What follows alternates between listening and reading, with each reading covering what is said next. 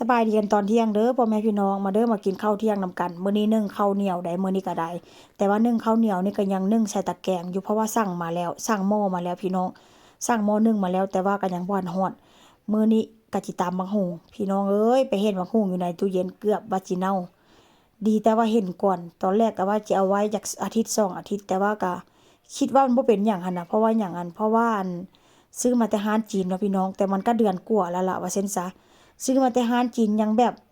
ยังเขียวๆยังใหม่ๆกะประมาณว่าเขาเจ้าหาก็ปิดแล้วก็เอามาขายว่าเช่นซะก้อยก็บ่ฮู้ว่าบักหุ่งนี้เขาเจ้านำเข้ามาแต่จีนบ่หรือว่า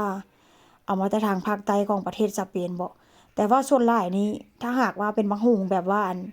ที่เขาเจ้าขายตามซูเปอร์มาร์เก็ตตามแบบร้านค้าทั่วไปหั้นน่ะพี่น้อง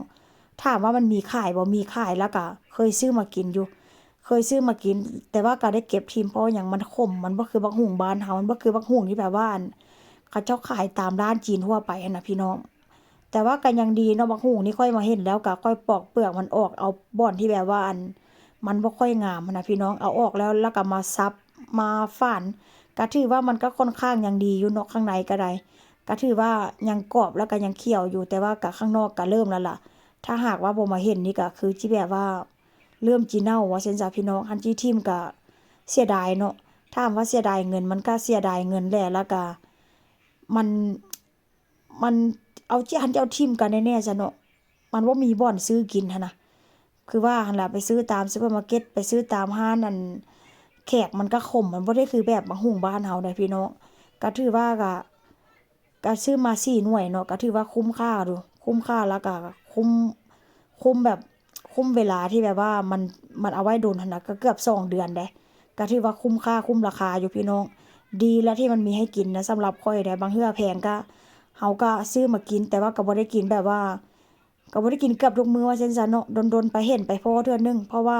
ส่วนหลายไปนี่ก็บ่ได้พ้อได้ถ้าแบบว่าบ่โชคดีแท้ๆหลังจากสับบักหุ่งแล้วก็สิมาทอดไข่ตีไข่พี่น้องมื้อนี้ก็สิทอดไข่ใส่กุ้งแล้วก็ สิเอาหัวหอมใส่น้ำพี่น้องแล้วก็จิบ่ได้เอาใส่หยังหลายได้เครื่องปรุงก็ได้ก็ใส่แค่ซีอิ๊วขาวมื้อนี้ลูกผัวก็สิกินน้ำก็สิเฮ็ดแบบรสชาติแบบบ่ได้จัดจ้านได้จักหน่อยว่าเซ็นซะเนาะมื้อนี้ก็สิทอดไข่ใส่หัวหอมใหญ่หรือว่าเซโบยาถ้าเป็นภาษาสเปนเนาะพี่น้องผัวก็ถามได้ผัวย่างเข้ามาถามผัวว่าเฮ็ดหยังว่าเสร็จทอดไข่ทอดไข่ใส่หัวหอมนี่นะทอดไข่ใส่หัวหอมนี่ล่ะธรรมดาคนทางนี้เนาะพี่น้องตามร้านร้านอาหารนั่นน่ะเขาเจ้าทอดไข่เขาเจ้าจะทอดหรือว่าผัดหัวหอมให้มันแบบว่าเหลืองแล้วเขาเจ้าจังค่อยเอามาเทใส่ไข่แล้วจังค่อยไปทอดแต่ว่าข้อยนี่เฮ็ดสูตรหรือว่าสไตล์บ้านเฮาว่าซั่นซะ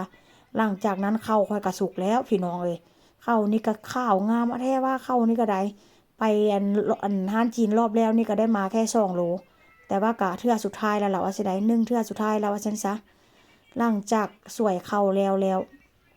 ข้อยก็สิมาทอดไข่พี่น้องทอดไข่นี่ก็ ใส่กระเทียมค่อนข้างจะต้นใหญ่ได้จักหน่อยเนาะ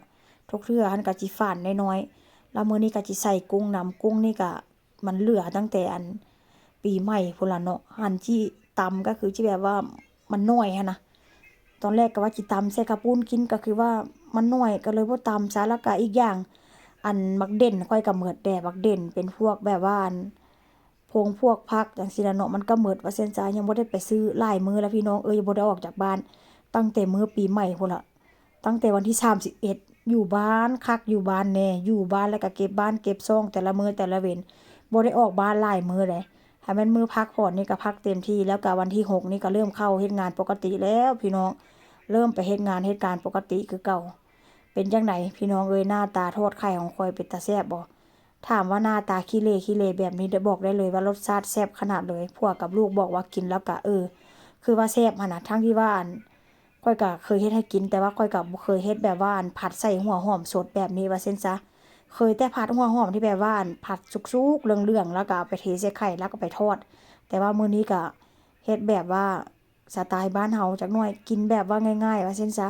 คิดพอหยังอยากเฮ็ดหยังก็ลองเฮ็ดเบิ่งพี่น้องเฮ็ดในเมนูที่ว่าบ่เคยเฮ็ดว่าซั่นซะเนาะกุ้งนี่ก็ใส่หน้าตากันแบบนี้เลยกุ้งนี่ก็แกะแล้วเอาขี้ออกเรียบร้อย แล้วอันนี้ก็เป็นหน้าตาตำบักหุ่งพี่น้องตำแซ่บเผ็ด2หน่วยสีสันหน้าตานี่ก็คล้ายๆกับอยู่ทุ่งนาหั่นแหละพี่น้องตำอยู่ท้องไร่ท้องนาหน้าตาแบบเดียวกันเลย